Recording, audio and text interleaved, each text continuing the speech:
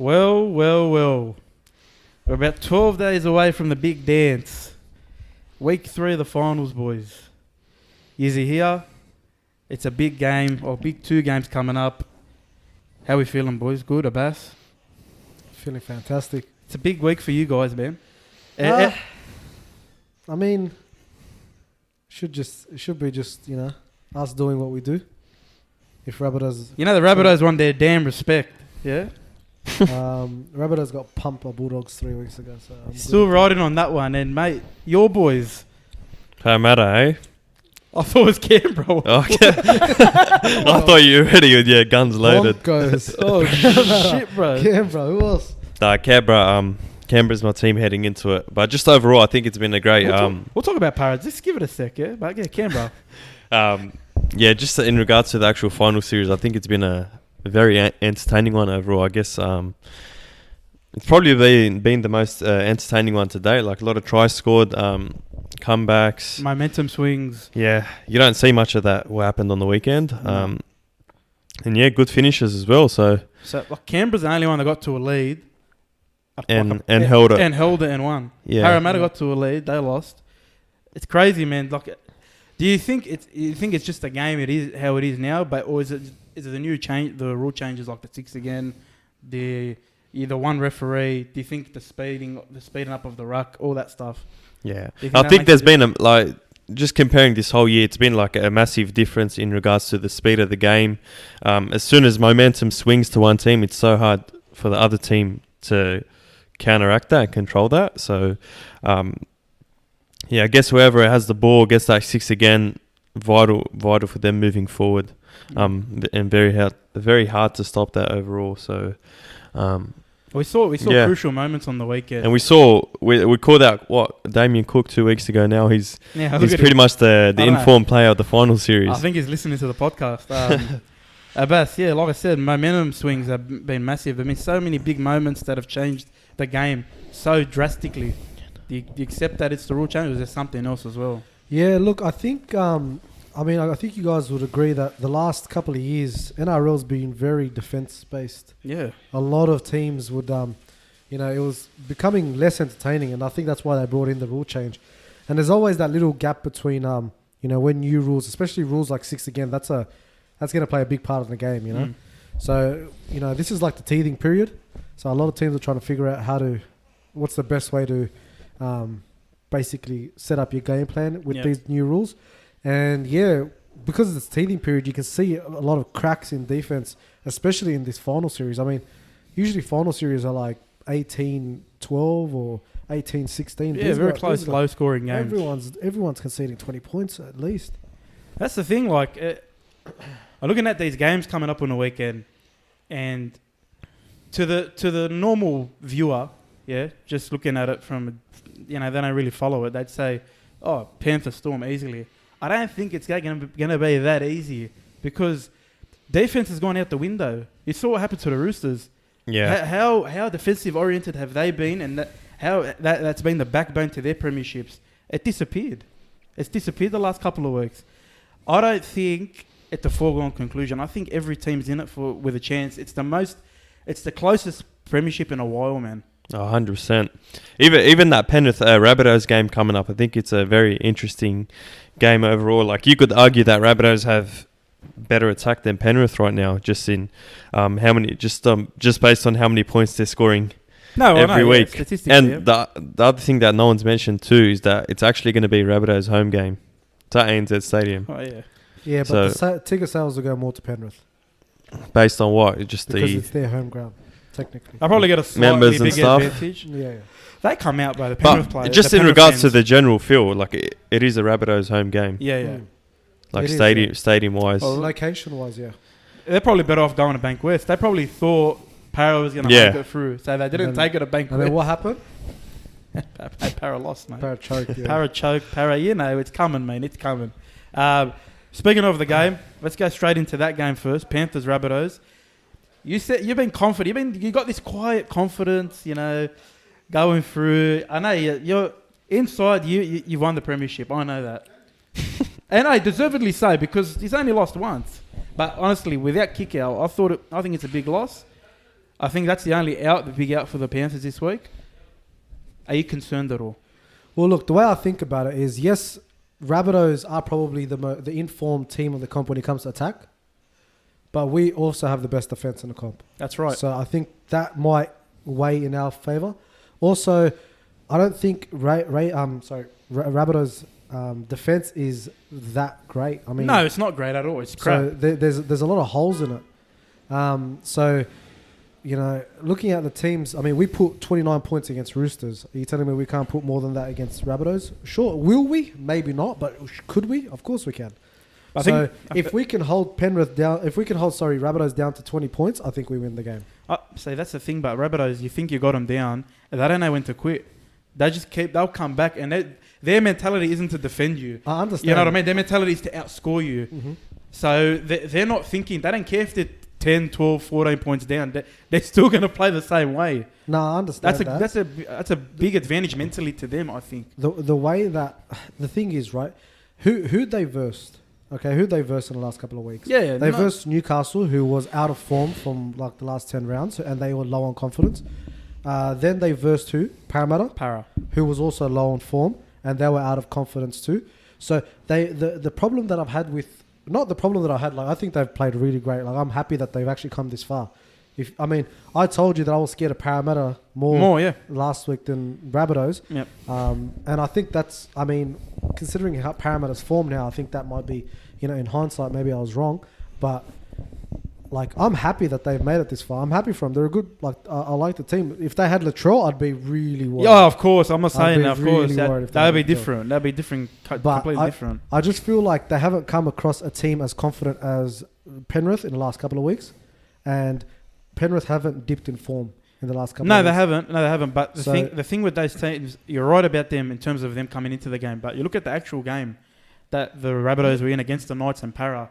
They were down, and you thought, okay, yeah, they're gone. They're stuffed. But somehow, some way, just one moment of a momentum swing or a knock on here or whatever, bang, they got yous. No, I get that. They came back. Like, they shouldn't have beaten Newcastle. Newcastle played their best game in a long time the first half. But that's why I said that's where it benefited them, right? Because if they came up against a Melbourne Storm, a Penrith Panthers, and, you know, probably not the last couple of weeks, but, you know, a Roosters who... Even the Roosters game, yeah? They were down 12 points to 4, I remember, in the first 10 minutes. It could have been 18-4, and then they came back and smashed them. I understand that, but what I'm saying is if they came across a Melbourne squad, a Penrith squad, we obviously know that game that Roosters lost against Rabbitohs was the start of their whole downfall of the season, right? So if they versed any of those three squads at their best and playing great, which is what Penrith and Melbourne are doing right now, if they gave up a 12, 14 point lead, it's not going to be as easy to come back from that. And that's what benefited them, is that they came into teams that got that 14 point lead. They were low on confidence, you know, over the last previous weeks, and, you know, just a bit of doubt in their head, saying, you know, oh, you know, wow, we're playing really well. Hopefully we can keep it. I don't think teams like Melbourne and Penrith think like that. They're thinking we're really well. We're gonna close this game out.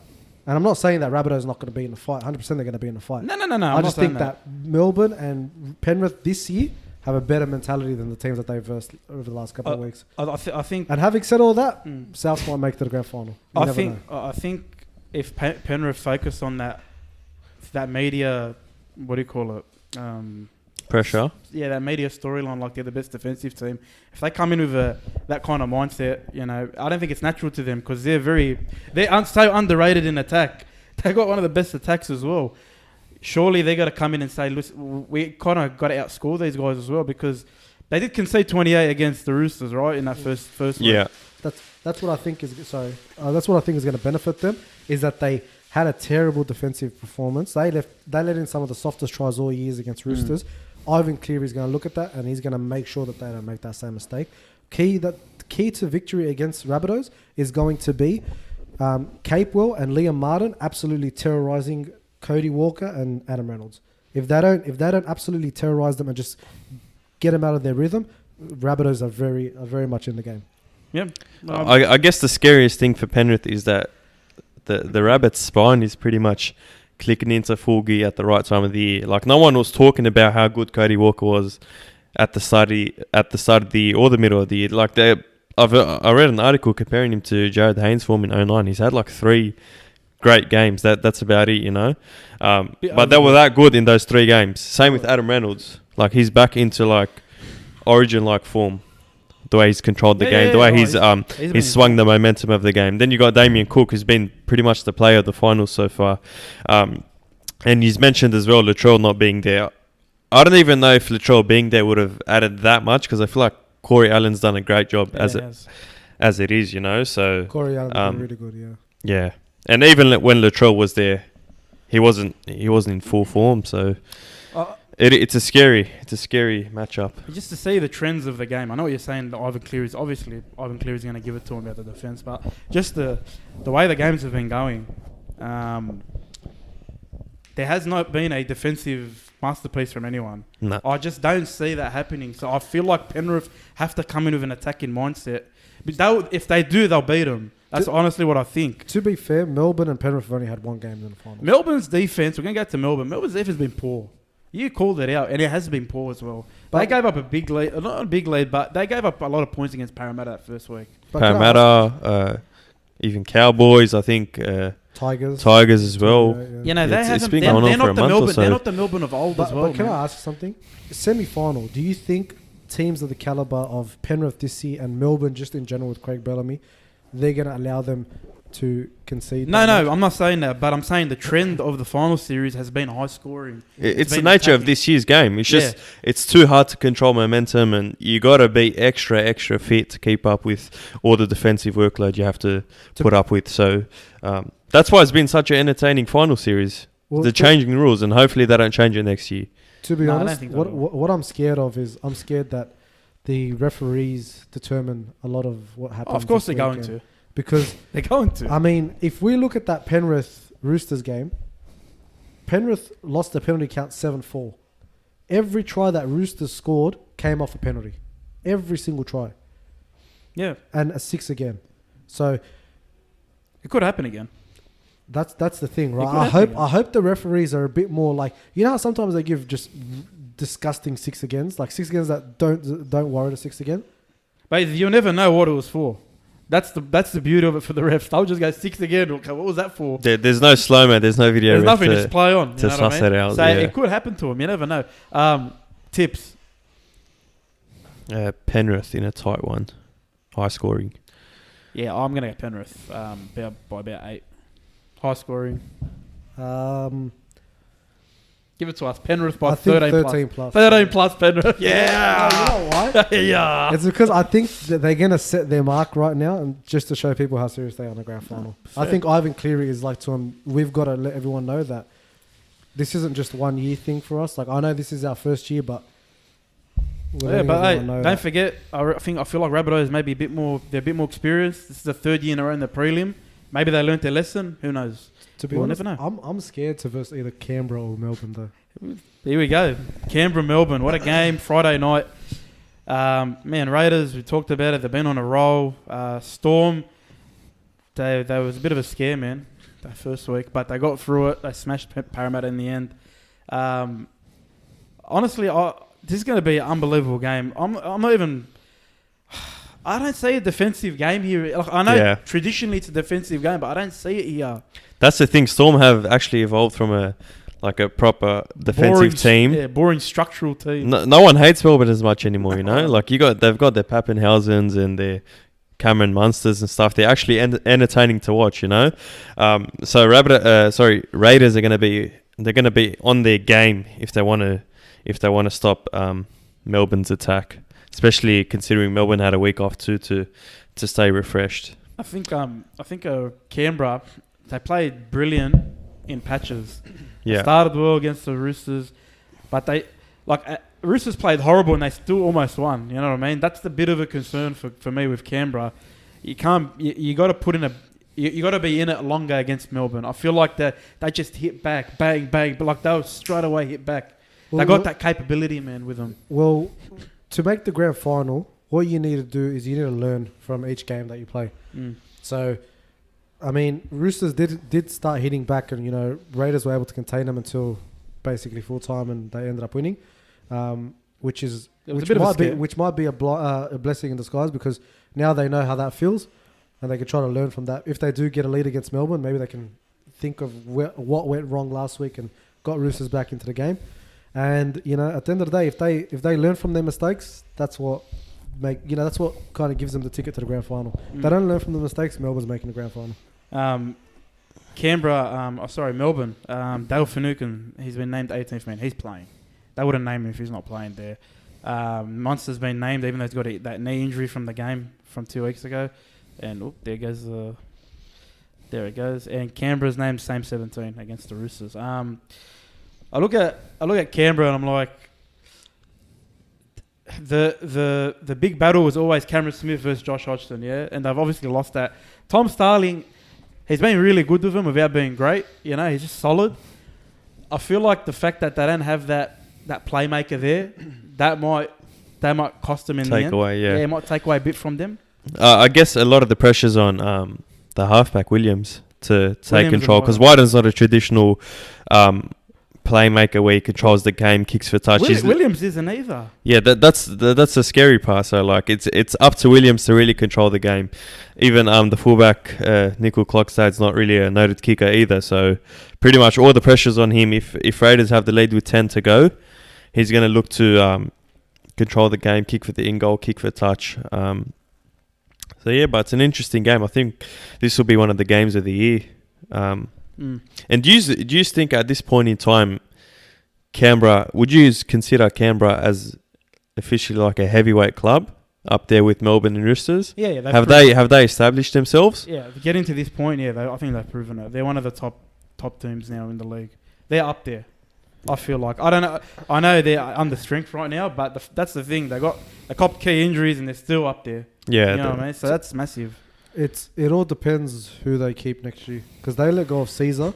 If they had Caesar, I'd probably back them to win.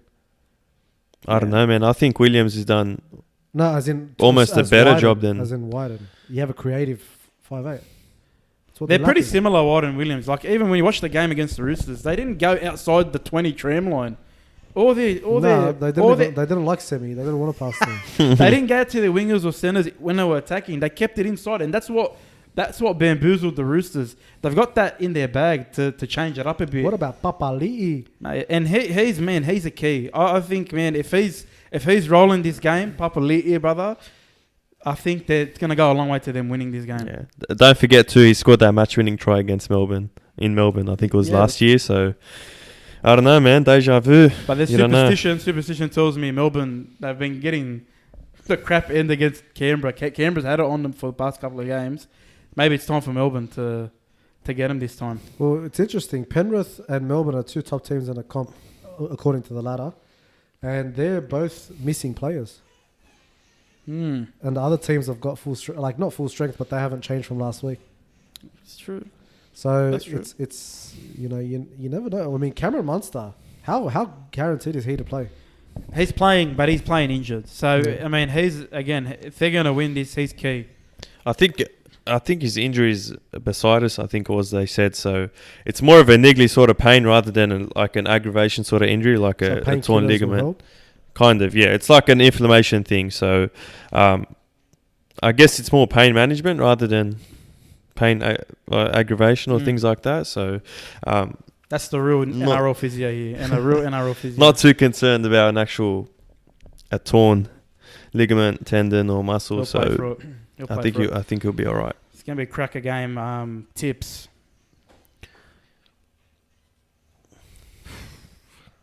Melbourne by 2. I'm going Canberra by 6.